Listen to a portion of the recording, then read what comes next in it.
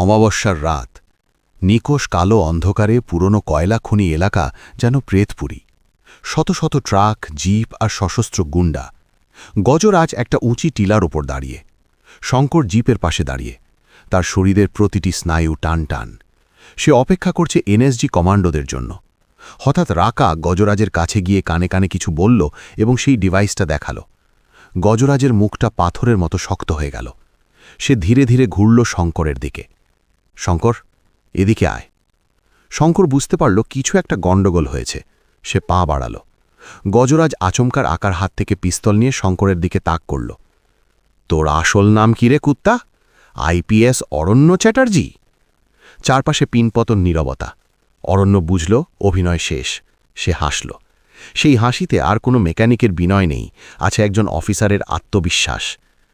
চিনতে যখন পেরেছিস গজরাজ, তখন এটাও জেনে রাখ, তোর সময় শেষ। মেরে ফেলোকে! গজরাজ চিৎকার করল। অরণ্য বিদ্যুতের গতিতে পাশে দাঁড়ানো এক গুন্ডাকে টেনে নিয়ে ঢাল হিসেবে ব্যবহার করল।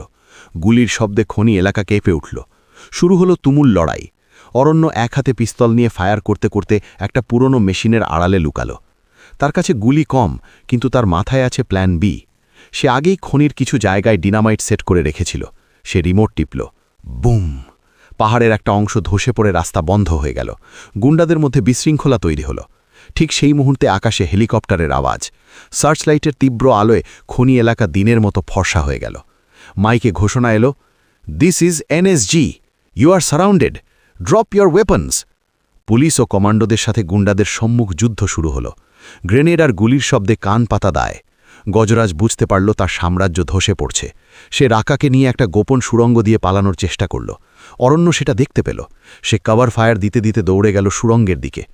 রাঘব স্যার, গজরাজ পালাচ্ছে, আমি ওর পেছনে যাচ্ছি, সে হেডসেটে চিৎকার করে বলল। সুড়ঙ্গের ভেতরে অন্ধকার। অরণ্য মোবাইলের আলো জেলে এগোচ্ছে। হঠাৎ রাকা পেছন থেকে হামলা করল। রাকা বিশাল শক্তিশালী। সে অরণ্যকে জাপটে ধরে দেওয়ালের সাথে আছাড় মারল। অরণ্যের হাত থেকে পিস্তল ছিটকে গেল। শুরু হলো হাতাহাতি। রাকা একটা পাথর তুলে অরণ্যের মাথায় মারতে গেল। অরণ্য সরে গিয়ে রাকার পেটে সজোরে ঘুষি মারল। তারপর এক লাথিতে তার হাঁটু ভেঙে দিল। রাকা পড়ে যেতেই অরণ্য তার ঘাড় মটকে দিল। কিন্তু সময় নেই। গজরাজ এগিয়ে গেছে। সুড়ঙ্গের শেষ প্রান্তে জঙ্গল। গজরাজ একটা জিপে ওঠার চেষ্টা করছিল। অরণ্য সুড়ঙ্গ থেকে বেরিয়েই দৌড়ে গিয়ে জিপের উপর ঝাঁপিয়ে পড়ল। গজরাজ আর অরণ্য দুজন গড়াগড়ি খেতে খেতে খাদের কিনারে চলে গেল। গজরাজ একটা ভারী লোহার রড দিয়ে অরণ্যকে পেটাতে শুরু করল। অরণ্যের শরীর রক্তাক্ত। বাঁ হাতটা বোধহয় ভেঙে গেছে। তুই আমার সব শেষ করে দিলি, গজরাজ গর্জন করছে। অরণ্য যন্ত্রণায় কাতরাতে কাতরাতে উঠে দাঁড়াল। তার ঠোঁটের কোণ দিয়ে রক্ত পড়ছে। তোর পাপের ঘড়া ভরে গেছে গজরাজ, আজ তুই শেষ। গজরাজ শেষবারের মতো তেড়ে এলো। অরণ্য তার শরীরের সমস্ত শক্তি একত্রিত করে গজরাজের বুকে একটা সাইড কিক মারল। তারপর তাকে তুলে শূন্যে আছাড় মারল। গজরাজ খাদের কিনারায় ঝুলে রইল। অরণ্য তার হাত ধরে ফেলল। আমাকে তোল, আমি তোকে যা চাইবি সব দেব, টাকা, ক্ষমতা, সব। গজরাজ মিনতি করল। অরণ্য ঠান্ডা চোখে তাকাল। আমি একজন অফিসার গজরাজ, আমি বিক্রি হই না। তবে তোকে আমি মরতে দেব না। তোকে আইনের সামনে দাঁড় করাবো, যাতে বীরগঞ্জের মানুষ দেখতে পায় তাদের ভগবান আসলে একটা সাধারণ অপরাধী। অরণ্য তাকে টেনে তুলল এবং হাতে হাত করা পড়াল। পরদিন সকালে বীরগঞ্জের মানুষ এক অবিশ্বাস্য দৃশ্য দেখল। যে রাস্তায় গজরাজ সিং চললে মানুষ ভয়ে জানালা বন্ধ করে দিত, সেই রাস্তা দিয়ে পুলিশ জিপে করে হাতকড়া পরা অবস্থায় গজরাজকে নিয়ে যাওয়া হচ্ছে। থানার সামনে হাজার হাজার মানুষের ভিড়। তাদের চোখে ভয় নয়, আজ কৌতূহল আর স্বস্তি। অরণ্য চ্যাটার্জি এখন তার ইউনিফর্মে। সেই ময়লা মেকানিক শঙ্করকে আর চেনা যাচ্ছে না। কাঁধে অশোক স্তম্ভ, চোখে এভিয়েটার চশমা। সে জিপের সামনে দাঁড়িয়েছিল। একজন বৃদ্ধ, সেই ধাবার মালিক দিনু কাকা, ভিড় ঠেলে সামনে এলো। অরণ্যের দিকে তাকিয়ে বলল, বাবা, তুমি শঙ্কর নও? অরণ্য হাসল। আমিই শঙ্কর কাকা, শুধু কাজটা আলাদা ছিল। এসপি এবং এনএসএ রাঘব মেনন অরণ্যের সাথে হ্যান্ডশেক করলেন। অসাধারণ কাজ অরণ্য, তুমি একাই একটা আর্মি। অরণ্য জিপে উঠল। তার শরীরে অসংখ্য আঘাতের চিহ্ন, কিন্তু মনে প্রশান্তি। সে জানে গজরাজের মতো আগাছা আবার জন্মাবে, কিন্তু যতদিন তার মতো মালিরা আছে ততদিন বাগান রক্ষা পাবে। গাড়ি স্টার্ট দিল। ধুলো উড়িয়ে অরণ্য চ্যাটার্জি বীরগঞ্জ ছেড়ে চলে যাচ্ছে। পেছনে পড়ে রইল এক মুক্ত জনপদ এবং এক মিথ হয়ে যাওয়া ছদ্মবেশীর গল্প। গজরাজের সাম্রাজ্যে ঢোকার প্রথম ধাপ পার হল।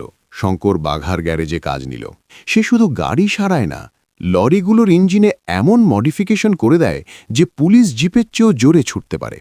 অল্পদিনেই সে বাঘার প্রিয়পাত্র হয়ে উঠল। কিন্তু অরণ্যের কাজ শুধু মেকানিক হওয়া নয়। সে রাতে গ্যারেজে থাকার ভান করে বের হয়। তার লক্ষ্য গজরাজের মূল আস্তানা ইন্দ্রপ্রস্থ। একদিন রাতে প্রবল ঝড় বৃষ্টির মধ্যে একটা জরুরি কাজ এলো। গজরাজের একটা ট্রাক বর্ডারের কাছে কাঁদা জলে আটকে গেছে। ট্রাকে কি আছে কেউ জানে না, তবে বাঘা খুব চিন্তিত। শঙ্কর, চল, ভাইজানের হুকুম, মালটা যে কোনো মূল্যে পৌঁছাতে হবে। ঘটনাস্থলে গিয়ে শঙ্কর দেখল ট্রাকের চাকা অর্ধেক কাঁদায় বসে গেছে, ড্রাইভার পলাতক। শঙ্কর জিপের উইঞ্চ কেবল দিয়ে ট্রাকটাকে টেনে তোলার ব্যবস্থা করল। প্রবল বৃষ্টির মধ্যে সে কাদা মেখে কাজ করতে লাগল। ট্রাকটা যখন উঠল তখন বাঘা বলল, তুই চালিয়ে নিয়ে যাবি, আজ থেকে তুই আমার খাস ড্রাইভার। ট্রাক চালানোর সময় অরণ্য বুঝতে পারল লোড সাধারণ কয়লা নয়। পেছনের সাসপেনশন যেভাবে বসে আছে তাতে মনে হচ্ছে ভারী কিছু আছে, অস্ত্র। মাঝপথে পুলিশ চেকপোস্ট। ইন্সপেক্টর গাড়ি থামালো। বাঘা টেনশনে পিস্তল বের করতে যাচ্ছিল। শঙ্কর তার হাত চেপে ধরল। শান্ত হন ওস্তাদ, গুলি চালালে ঝামেলা বাড়বে, আমাকে সামলাতে দিন। শঙ্কর নিচে নামল। পকেট থেকে কিছু নোংরা নোট আর একটা দামি লাইটার বের করে ইন্সপেক্টরের হাতে দিল। তারপর নিচু গলায় বলল, স্যার, গজরাজ সিংয়ের মাল, বৃষ্টির রাত, কেন ঝামেলা করছেন? কাল আপনার কোয়ার্টারে মিষ্টি পৌঁছে যাবে। গজরাজের নাম শুনেই ইন্সপেক্টর ব্যারিকেড সরিয়ে দিল। বাঘা মুগ্ধ। তোরই তো কাজের লোকরে শঙ্কর, বুদ্ধি আর সাহস দুটোই আছে। অবশেষে সেই দিন এলো। বাঘা শঙ্করকে নিয়ে গেল ইন্দ্রপ্রস্থে। প্রাসাদের গেটে বিশাল পাহারাদারি। ভেতরে ঢোকার পর অরণ্য দেখল বিলাসিতার চরম নিদর্শন। গজরাজ সিং বসেছিল তার দরবারে, সামনে নাচছে বার নর্তকীরা। বাঘা শঙ্করকে নিয়ে এগিয়ে গেল। ভাইজান, এই সেই ছেলে শঙ্কর। গজরাজ হাত ইশারা করে গান থামালো। সে উঠে এলো শঙ্করের সামনে। 6 ফুটের ওপর লম্বা, চওড়া ছাতি, চোখগুলো যেন জ্বলন্ত অঙ্গার। গজরাজ বলল, শুনেছি তুই নাকি আমার মাল বাঁচিয়েছিস, আবার পুলিশকেও ম্যানেজ করেছিস। মালিকের নুন খাই, মালিকের কাজ করি, শঙ্কর মাটির দিকে তাকিয়ে বলল। গজরাজ হঠাৎ তার কোমরের খাপে রাখা কুকরি, নেপালি ছোড়া, বের করে শঙ্করের গলার কাছে ধরল। ধারালো ফলাটা চামড়া স্পর্শ করে আছে।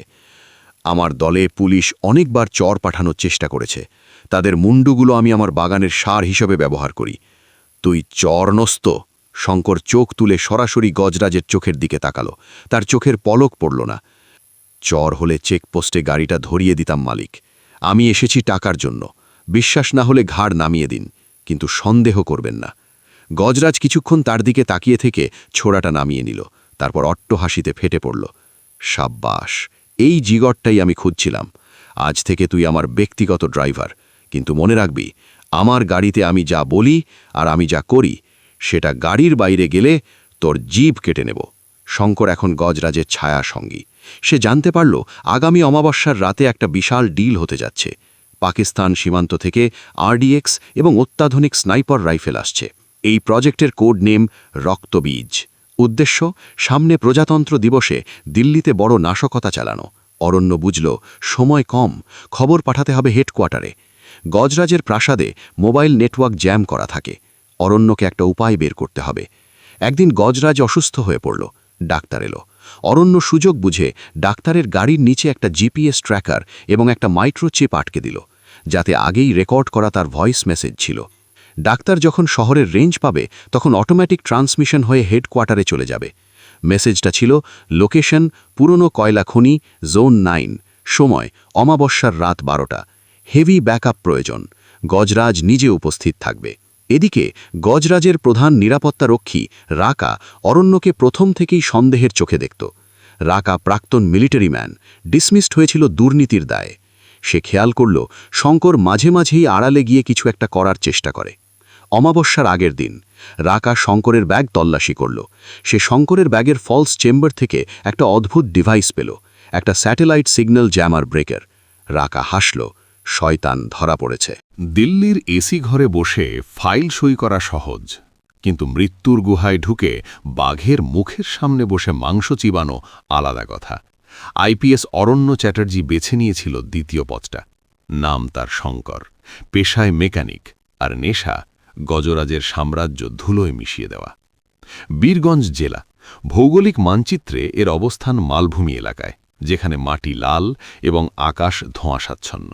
কিন্তু স্থানীয় মানুষের কাছে বীরগঞ্জ হল সাক্ষাৎ নরক। এখানে সূর্য ওঠে কয়লা খনির সাইরেন শুনে আর অস্ত যায় বন্দুকের গুলির শব্দে। এই জেলার অলিখিত ঈশ্বর গজরাজ সিং। গজরাজ সিং শুধু একজন মাফিয়া ডন নয়, সে একটা আতঙ্ক। তার প্রাসাদের নাম ইন্দ্রপ্রস্থ, যদিও স্থানীয়রা তাকে বলে কসাইখানা। পুলিশ প্রশাসন, রাজনীতিক, ঠিকাদার সবাই গজরাজের পকেটে।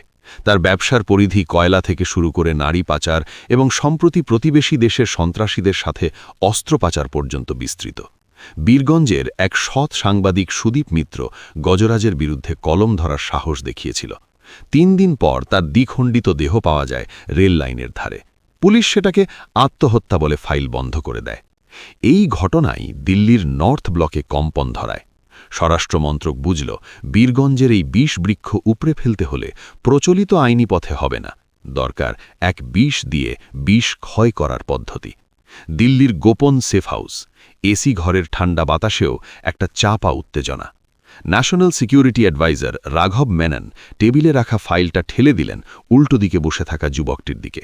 যুবকটির নাম অরণ্য চ্যাটার্জি, আইপিএস ব্যাচ টপার, প্রাক্তন প্যারা কমান্ডো এবং বর্তমানে ইন্টেলিজেন্স ব্যুরোর ঘোস্ট প্রোটোকল অফিসার। অরণ্য ফাইলটা খুলল না, সে জানে ভেতরে কি আছে। গজরাজ সিং, মেনন বললেন, সাধারণ ক্রিমিনাল নয়, ও একটা সিস্টেম তৈরি করেছে। লোকাল পুলিশ আমাদের সাহায্য করবে না, তোমাকে একাই যেতে হবে। No uniform, no ID, no backup, যতক্ষণ না তুমি কনফার্ম করছো যে রক্তবীজ মানে ওই অস্ত্রের কনসাইনমেন্টটা কোথায় আছে। অরণ্য শান্ত চোখে তাকালো। তার চোখের মনির রং কালচে খয়েরি, দৃষ্টিতে সমুদ্রের গভীরতা। আমার আইডেন্টিটি কি হবে স্যার? শঙ্কর, একজন মেকানিক, বিহারের জেল থেকে পালানো আসামি। গাড়ির ইঞ্জিনের নাড়ি নক্ষত্র চেনে আর হাত চালাতে দ্বিধা করে না। 3 মাস ধরে তোমাকে আমরা প্রস্তুত করেছি। তোমার হাতের ছাপ, তোমার হাঁটার ভঙ্গি, এমনকি তোমার গলার টোন সব পাল্টে ফেলতে হবে। অরণ্য উঠে দাঁড়ালো। শঙ্কর, তৈরি আছে স্যার, শুধু একটা অনুরোধ, আমার শেষকৃত্যের জন্য কোনো আয়োজন রাখবেন না, কারণ আমি ফিরব, কাজ শেষ করেই ফিরব। বীরগঞ্জের ধুলোমাখা রাস্তায় যখন শঙ্কর নামল তখন দুপুর গড়িয়ে বিকেল। তার পরনে একটা তেলচিটে কালো ফুল হাতা শার্ট, হাতা গোটানো, পরনে জিন্স, পায়ে সস্তার স্নিকার্স, মুখে খোঁচা খোঁচা দাড়ি, চুলে রুক্ষতা, তার কাঁধে ঝোলানো একটা চ্যাটচ্যাটে কিট ব্যাগ। সে সোজা গিয়ে উঠল শহরের প্রান্তে অবস্থিত কালী ধাবায়। এই ধাবাটি চালায় এক বৃদ্ধ, নাম দিনু কাকা। আর এই ধাবাতেই আড্ডা মারে গজরাজের ডান হাত বাঘা। বাঘা হল নৃশংসতার প্রতিমূর্তি। সে যখন হাসে তখন তার সোনার বাঁধানো দাঁতগুলো বের হয়ে আসে। বাঘা তার দলবল নিয়ে বসেছিল, সামনে রাখা মহুয়া আর মাংস। শঙ্কর এক কোণে বসে বলল, 1 কাপ চা আর 2টো রুটি, কড়া করে। বাঘার এক সাগরেদ নাম বিল্লু শঙ্করের দিকে তাকালো। নতুন লোক দেখলেই এদের হাত নিষ্পিস করে। বিল্লু উঠে এসে শঙ্করের টেবিলে একটা লাথি মারল। এই নতুন মাল, ট্যাক্স দিয়েছিস? এই এলাকায় শ্বাস নিতে গেলেও বাঘা ভাইকে ট্যাক্স দিতে হয়। শঙ্কর রুটিটা ছিঁড়ে মুখে দিল, চিবোতে চিবোতে বলল, খাওয়ার সময় বিরক্ত করলে হজম হয় না ভাই, সরে যা। বিল্লু রেগে গিয়ে শঙ্করের কলার ধরতে গেল। পর মুহূর্তে কি হলো কেউ বুঝল না। শঙ্কর বসে থেকেই বিল্লুর কবজিটা এমনভাবে মোচড়ে দিল যে হাড় মটমট করে উঠল। তারপর তার মাথাটা ধরে সজোরে ঠুকে দিল টেবিলের ওপর। বিল্লু জ্ঞান হারালো। ধাবায় পিন পতন, নিস্তব্ধতা। বাঘা মাংস চিবানো থামিয়ে উঠে দাঁড়ালো। সে ধীরে ধীরে এগিয়ে এলো শঙ্করের দিকে। তোর কলিজা তো ছোট ময়, জানিস তুই কার আদমিকে মারলি? শঙ্কর শান্তভাবে চায়ে চুমুক দিয়ে বলল, জানি না, জানতেও চাই না। আমি মেকানিক, পেটের দায়ে এসছি। গায়ে হাত দিলে হাত ভেঙে দিই, গাড়িতে হাত দিলে গাড়ি সারাই। বাঘা কিছুক্ষণ শঙ্করের চোখের দিকে তাকিয়ে রইল, তারপর হঠাৎ হেসে উঠল। পছন্দ হয়েছে, আমার গ্যারেজে এমন পাগল লোকই দরকার। কাল সকালে চলে আসবি, কিন্তু মনে রাখবি, যদি কোনোদিন বেইমানি করিস, ওই হাত দিয়ে গাড়ি সারানো তো দূর, নিজের লুঙ্গিও বাঁধতে পারবি না।